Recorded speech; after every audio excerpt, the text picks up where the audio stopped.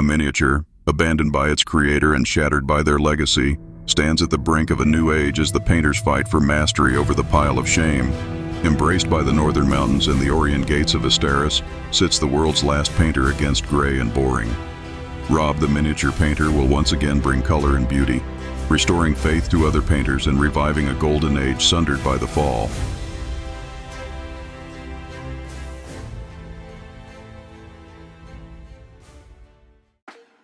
Hey everybody, welcome back to the channel. It's Rob the Miniature Painter, and we're going to be painting Malediction Shattered Throne Valcarist Priest with a Zenithal highlight in the Grim Dark fashion. So what I did is I took a little bit of Panzer Grey, Dark Panzer Grey, and then some Dark Yellow camo, and now I'm going to use some dry brushing of some Grey Castle on top of that, just so I can use either speed paints or war paints fanatics, a little bit watered down or a little bit more medium in it.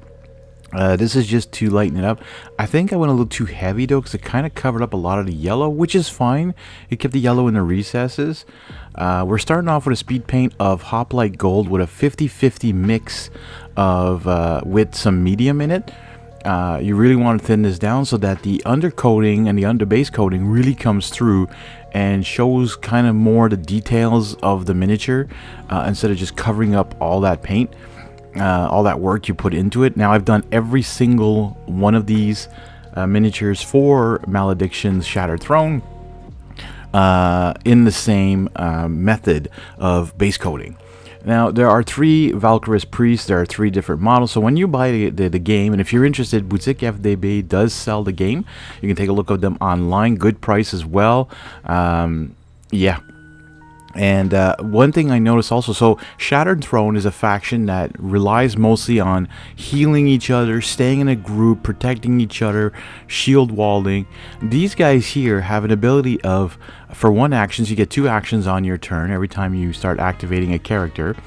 They can pray for 1 action, which lets you get some more echo the closer they are to allies.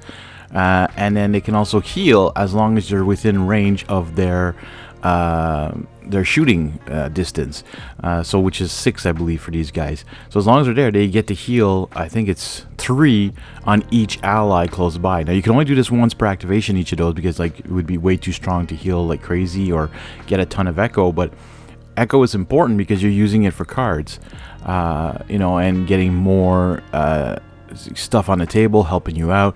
This is a game, if you haven't seen what it is, it's all about oh yeah, I know I'm not talking about the colors, but I want to explain the game a little bit, just to make sure that, you know, anyways. So, but as you can see, I use some of the colors. The speed paints are going over this really well, doing a great job. Anyway, so the Shattered Throne, like I said, is more of a kind of a defensive team. But last night, or if you're watching this in the future, one night I was playing this, and the team was playing, the other guy was playing the Conclave of the Spheres, which is magic.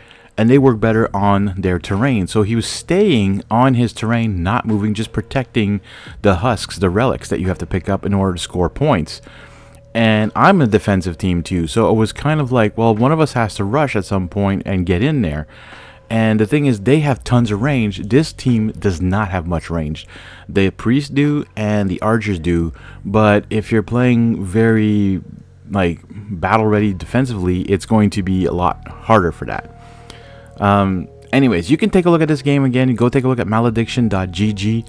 I'll put the link up. It'll pop up at some point. It'll be in the description.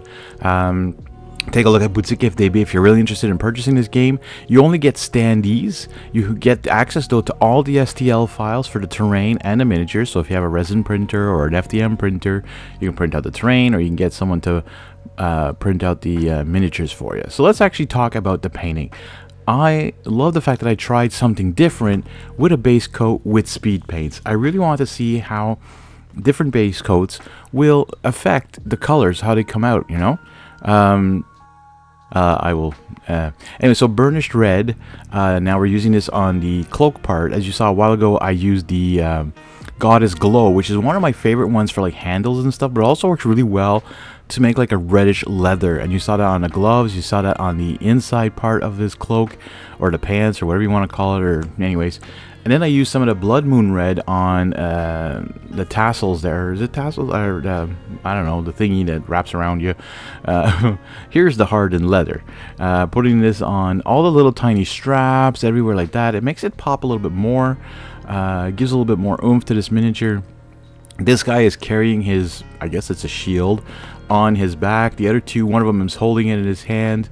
The other one is, what's he doing with it? I can't remember what he's doing with it. Anyway, so there's 3 different poses, which is kind of cool. The only problem is that whenever you play all 3 on the table, you gotta remember which one you've activated, because the cards are all the same, and they're like on the images on it, but the models are different. So at least if you have 3 on the table, you gotta remember which one's which. I don't know if you want to put yourself a marker or something like that. Yeah, and you can get the faction box that comes with everything you need to start playing. You can mix and match certain factions together, and yeah, uniform gray. Now what we're doing is we're coloring all the candles here with this, just to give it a nice light or medium gray hue to them, to make them pop a little bit more on this shield of theirs. Anyways, great miniatures, by the way. Details are amazing. My friend, like I said, printed these out for me. Actually, the owner of FDB printed these out for me to paint and showcase them on the channel, because I know it's not a board game, but it plays like a board game. You're playing with cards, you're playing with miniatures, you're playing with an actual board, you're playing with some terrain. It's a skirmish meets a... yeah, anyways.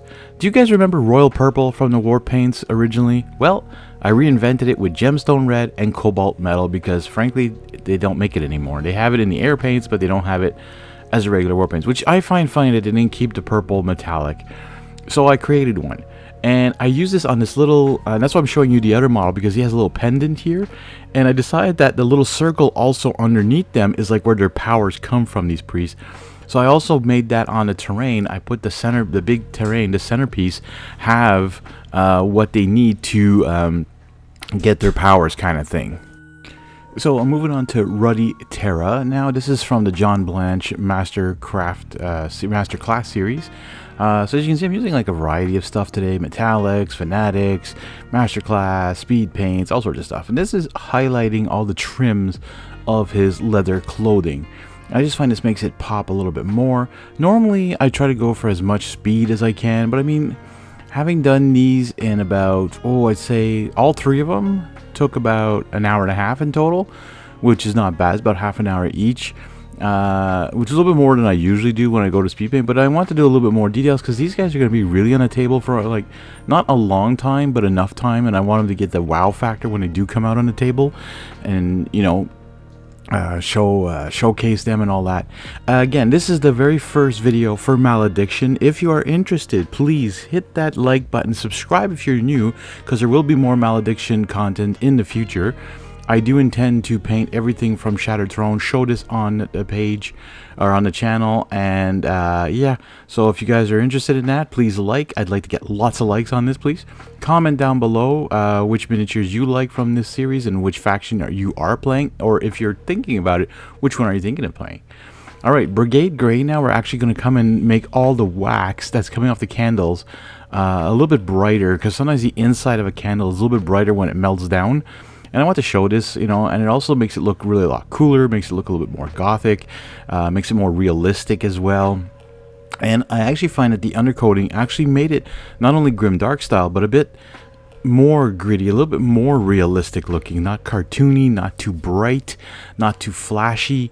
You know, some of these miniatures are going to have some pretty flashy bits on them, but I'm not trying to make them super flashy. Like I said, I went with a really darker base coating just to make them a little bit more warm toned as well. So again, like I said, if you're enjoying this video, hit that like button, subscribe if you are new. You can also join the channel as a member, help pay for these crazy hobbies of mine. As low as $2 a month, you get early access, some nice badges to have on your name displayed. You'll have all sorts of cool stuff. You'll get access in advance to videos. You'll get some ad-free for a while too. I will remove the ads if it's a video that's going to be posted way later on. I'm just going to leave it there with no ads, so you guys can just come and watch those.